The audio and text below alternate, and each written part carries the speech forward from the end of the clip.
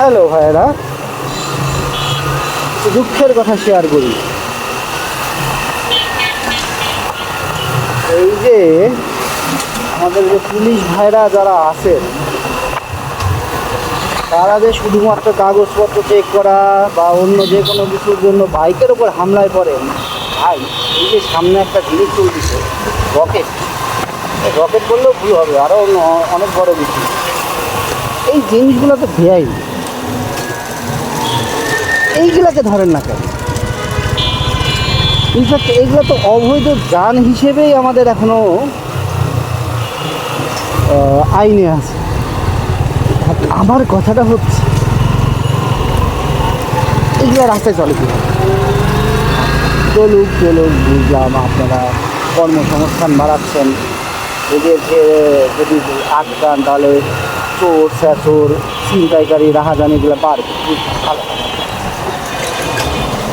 Main রোডে কি? Main রোডে কেন থাকবে? এই যে ঢাকা শহরে এত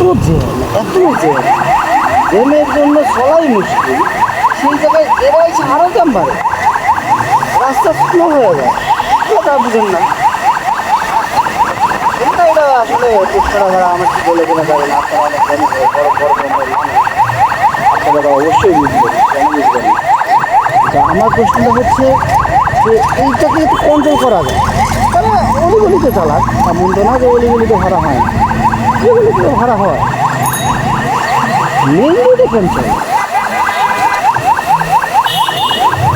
আসলে আমরা সাধারণ জনগণ, আমরা হয়তো অনেক কম বুঝি, আমরা বুদ্ধিমান না, আপনাদের মতো ট্যালেন্টেড না, যার জন্য আপনারা ট্যালেন্টেড দেখেই তো আপনারা ওই যায়। কিন্তু আমাদের ছোটোখাটো যে প্রশ্নগুলো আছে, এই প্রশ্ন উত্তরগুলো দিয়ে দেন, হলে তো আমরা খুশি হবো। অ্যাম্বুলেন্সটা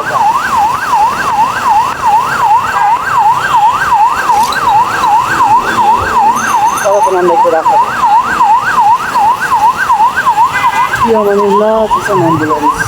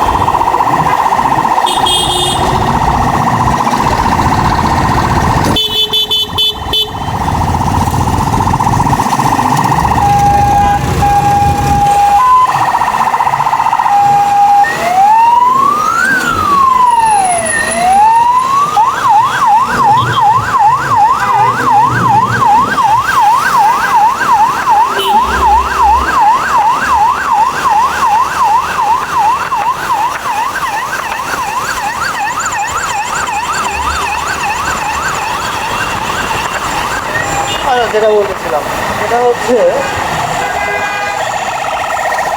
ভাই আমরা অটো রিক্সা চালকদের বিপক্ষে। হ্যাঁ, ওরা সিগন্যাল মানে না, আইন মানে না, সেটা আপনারা বুঝবেন ভালো।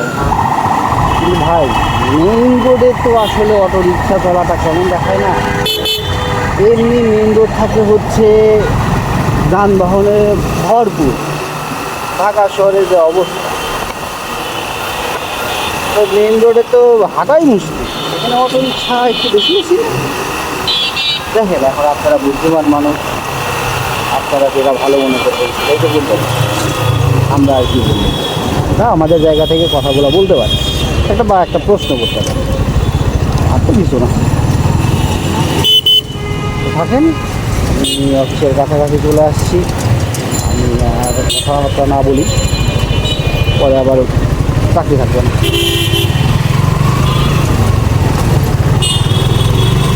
থাকেন, গুড বাই, টাটা।